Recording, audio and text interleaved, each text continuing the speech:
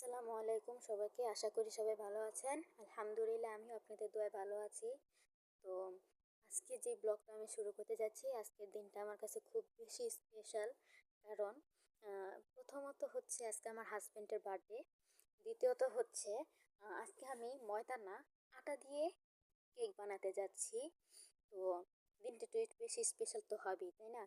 কখনো আটা দিয়ে বানাইনি, আমার জীবনের এই ফার্স্ট আমি আটা দিয়ে বানাতে যাচ্ছি। এবং আরেকটা হচ্ছে আমি গ্যাসের চুলায় আজকে কেকটাকে বেক করব না, আজকে আমি লার্কির চুলায় কেকটাকে বেক করব, মানে মাটির চুলায়।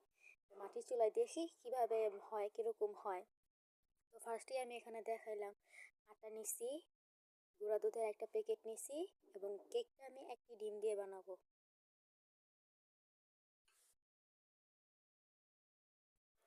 আর আমার এখানে একটু মিস্টেক হয়েছে, কারণ এখানে আমি সয়াবিন তেল নিই নাই। আর আজকে আমি বেকিং সোডা না, ইনো দিয়ে বানাবো কেকটা। তো এগুলা দেখাইতে ভুলে গেছিলাম, তো এগুলো আমি ভিডিওর লাস্টে দেখাবো। তো লবণ নিছি, চিনি নিছি।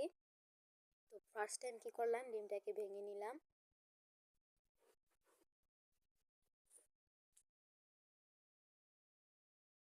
ফার্স্টে আমি ডিমটাকে ভেঙে একটু ফেটিয়ে নিয়েছি। তারপরে এখানে আমি আমার পরিমাণ মতো চিনি দিয়ে দিব। আপনারা আপনাদের পরিমাণ মতো চিনি দিবেন। এখানে আমি একটা ডিমের জন্য আমি মিষ্টি বেশি খেতে পছন্দ করি, ওই কারণে আমি 4 থেকে 5 চামচ চিনি দিছি এখানে। আপনারা আপনাদের পছন্দ মতো চিনিটা অ্যাড করবেন। আর এখন আমি চিনিটা যতক্ষণ না গলে যাচ্ছে ডিমের সাথে, ততক্ষণ আমি ডিমটাকে এভাবে ফেটাতে থাকবো। তো ভিডিওটা শেষ পর্যন্ত দেখবেন, আশা করি। তো স্কিপ করবেন না।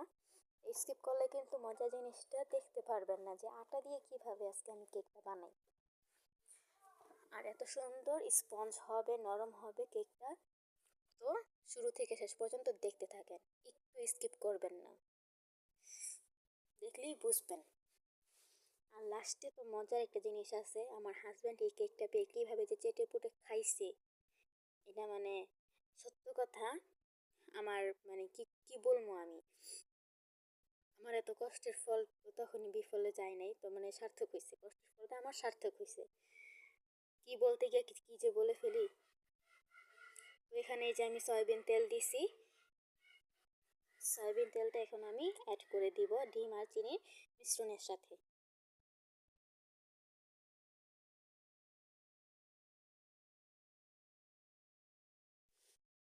এখন ডিম আর চিনি আর সয়াবিন তেলটা আবার ভালোভাবে একটু ফেটিয়ে নিব, যতক্ষণ না সয়াবিন তেলটা ডিমের সাথে মিশে যাচ্ছে। আর এই কাজটা খুবই সাবধানতার সাথে করতে হবে, কারণ ডিমের মিশ্রণটা, ডিমটা যেন মানে নষ্ট না হয়ে যায়, ডিমের ব্যাটারটা যেন নষ্ট না হয়ে যায়, আমাকে এটা খেয়াল রাখতে হইব।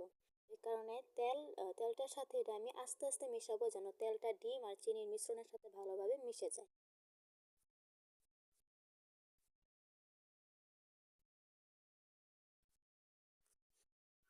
এই যে এখানে আমার অনেকটাই মিশে গেছে, আপনারা ভিডিওটা দেখলেই বুঝতে পারবেন যে তেল আর ডিম ভালোভাবে মিশে গেছে, একটুও দানা দানা কিছু ভাব নাই।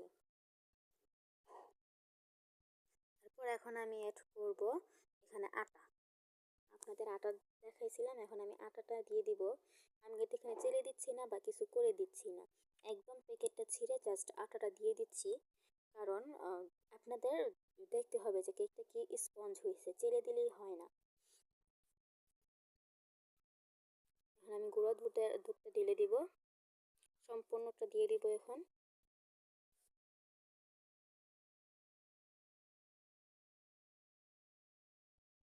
এই যে এখন আমি ইনুটা দিয়ে দেব, খাবার সোডার পরিবর্তে এখন আমি ইনু দিয়ে দিব। আপনারা ইনোটা স্কিপ করলে করতে পারেন, যদি আপনাদের ঘরে বেকিং পাউডার বা বেকিং সোডা থাকে তাহলে ইনোটা স্কিপ করতে পারেন। আমার ঘরে বেকিং পাউডার বা বেকিং সোডা কোনোটাই ছিল না, যার কারণে আমি ইনু দিয়ে দিছি। এখন আমি সামান্য পরিমাণ লবণ দিয়ে দিব, লবণ দিলে চিনির স্বাদটা আর কি বেড়ে যায়।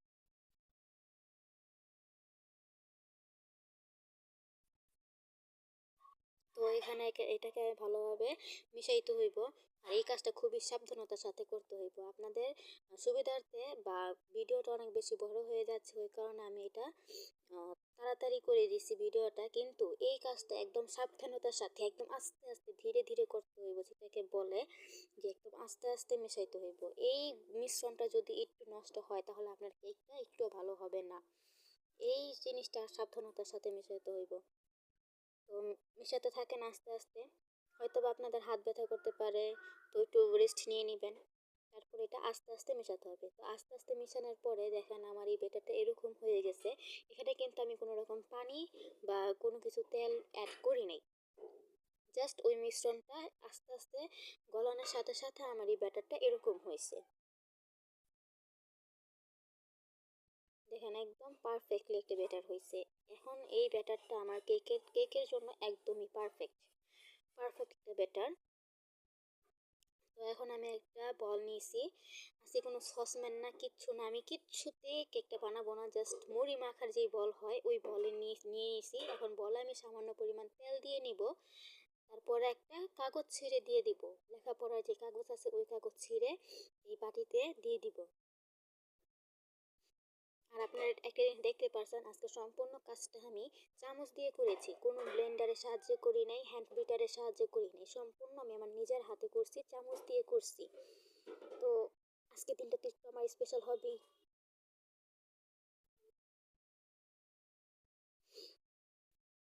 আমি তেল দেওয়ার পর এখন কাগজটা ভালোভাবে লাগিয়ে দিচ্ছি, কারণ বলে কাগজটা বসতে চাচ্ছে না, ওই কারণে একটু লেট হচ্ছে কাগজটা বসাতে।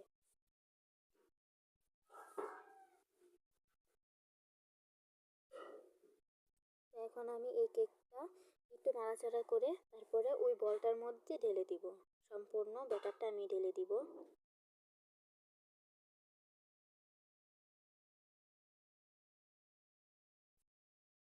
তো এখানে আমার হাজবেন্ড কি করছে, হাজবেন্ডকে আমি বলছিলাম যেহেতু আমি মাটির চুলা জ্বালাতে পারি না বা আমি ধরাতে পারি না, আমি আগুন খুব ভয় পাই, তো এই কারণে হাজবেন্ডকে বলছি চুলাটা একটু জ্বালিয়ে দিতে। তো উনি আমাকে জিজ্ঞেস করছে তুমি কি করবা, তো এটা তো সারপ্রাইজ ওনার জন্যই, তো ওনাকে বলা যাবে না। আমি বলছি যে একটা বাজি করব, তুমি লার্কি চুলাটা জ্বালিয়ে দাও। তো জ্বালিয়ে দিচ্ছে। তো দেখেন লার্কি চুলা জ্বালাতে যে কি পরিমাণ কষ্ট। আগের কালের মা চাচিরা কিভাবে যে এই লার্কি চুলায় রান্না করছে আল্লাহ মাবুদ জানে। আমার এত কষ্ট লাগে, আর এই লার্কির ধোঁয়াটা আমি সহ্যই করতে পারি না, আমার একদমই সহ্য হয় না। তারপরও আজকে আমি ট্রাই করলাম মাটির চুলায় কেক বানানো। মানে এটা আমার অনেক দিনের শখ ছিল যে মাটির চুলায় আমি কেক বানাবো, দেখবো কিরকম হয়। তো দেখি আজকে কিরকম হয় মাটির চুলায় কেকটা। তো এখানে আমি একটা কড়াই বসাইছি, কড়াইটা গরম হওয়ার পর আমি এই বলটা বসিয়ে তার উপরে একটা থালা দিয়ে তারপরে এখন আমি ঢাকনা দিয়ে ঢেকে দিব ঠিক 35 থেকে 40 মিনিটের জন্য। তো মাঝখানে আমি দেখছিলাম, দেখে দেখে আমার এক সেট কেক একদম পুড়ে গেছে। মানে মাটির চুলায় কেক আপনারা কখনো বানাতে যাবেন না, আমার মতো বোকামানি কখনো করবেন না, করলে আপনাদের এই দশাই হবে, এক সাইডটা পুড়ে যাবে আরেক সাইডটা দেখেন কাঁচা থাকবে। তো কখনো করবেন না। তারপর আমি কি করছি, আবার ঢাকা দিয়ে দিছি, ঢাকা দিয়ে 15 থেকে 20 মিনিটের জন্য আবার রেস্টে আবার রেখে দিছি এই মাটির চুলায়। তারপরে এই যে আলহামদুলিল্লাহ কেকটা দেখেন কত ভালো হয়েছে, সফট আর নরম হয়েছে। আর এখানে তো আমার হাজবেন্ড মানে চা আর কেক পাইয়া চেটে পুটে খাইতেছে, প্লেট চেটে পুটে খাইতেছে। তারপরে কেকটা দিলাম, দিয়ে বললাম যে একটু কাটো, ভিডিও তো করতেছি একটু কাটো। তো ভিডিও করতে চাচ্ছিল না, তারপরে জোর করে ওকে দিয়ে করালাম যে না একটা ভিডিও তোমাকে করতেই হইব। ওরও আমার অনুরোধ রাখলো, ও যেহেতু আজকে ওর বার্থডে, তো অনুরোধটা তো রাখতে হবেই তাই না। তো এই যে কেকটা কি সুন্দর হয়েছে আপনারা দেখলেই বুঝতে পারবেন। আর এটা হচ্ছে আমাদের সন্ধ্যার নাস্তা, কেক আর চা। আজকের জন্য এই পর্যন্তই, সবাই ভালো থাকবেন, আশা করি দোয়া করবেন আমাদের জন্য। আল্লাহ হাফেজ।